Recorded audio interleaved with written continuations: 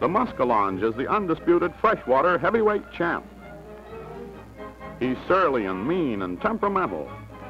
There are ways to bring him to gaff, but not without a battle. Here's a cast that immediately infuriates a big one. He strikes viciously. Now to meet his rushes, give line, take line, keep him from diving under a sunken log. Now he's close to the boat and still full of fight. But finally, the battle is won. A likely looking spot for a game fish. Surely a big one must be lurking under those lily pads. A strike. He'll shake that hook loose if he can. Many a fish has been lost right here beside the boat when a fisherman isn't expert with the landing net, and a big one doesn't exactly cooperate. This time he's in the bag.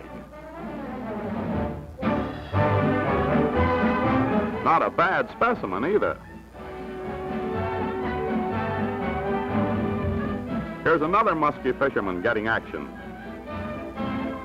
It's a big one. They'll have a job to bring him aboard. No trout net will hold this fellow. He must be more than 20 pounds.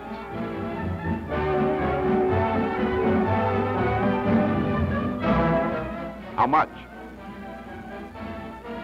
10, 20, 32. 32 pounds.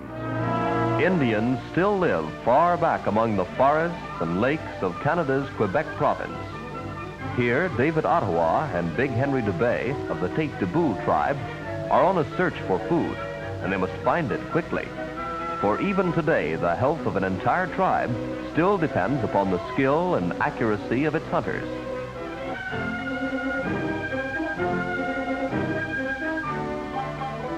There's plenty of fish in these waters, too. Ottawa hooks a great northern pike.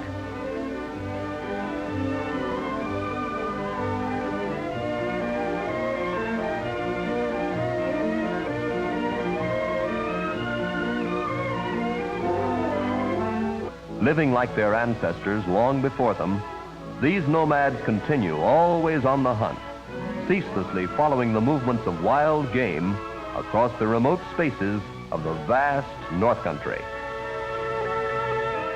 Now let's angle around to O'Connell's Lodge in Canada's fabulous Laurentian Mountains. It's located 200 miles north. Indian guides are furnished for a lake-going safari like this. They know find these fleet fellows of the deep.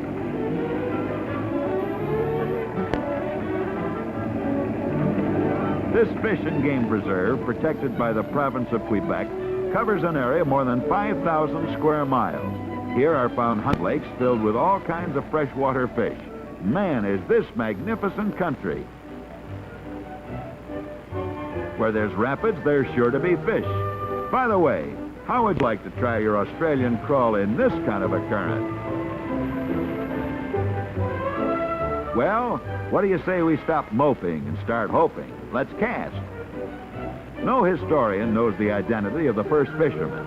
An angler has to be a guy with lots of time on his hands, for angling's a waiting game. Thousands of years ago, the first fish were caught with bare hands. Our friends, though, are using live bait with light rods. It's easier and lots more fun. A strike, and our angler gets his first taste of action.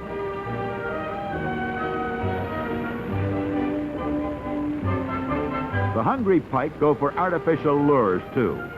Get into the middle of a school of these fish, and they really start jumping. Here's an unhappy pike being brought in a spinner. Seems as though he's almost trying to kick himself with his tail for being caught. These fish are fighters all the way. Rapids provide a symphony in sound for fishermen. Also, music is the squeal of the reel as the fish takes hold. It's a good-sized fish, too, judging from the pull. Yep, we're right. Careful now, son. Easy does it. A fish isn't finished until he's brought over the side.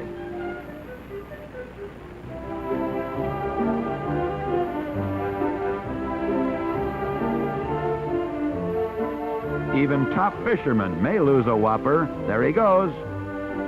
Ah, go on. He wasn't that big.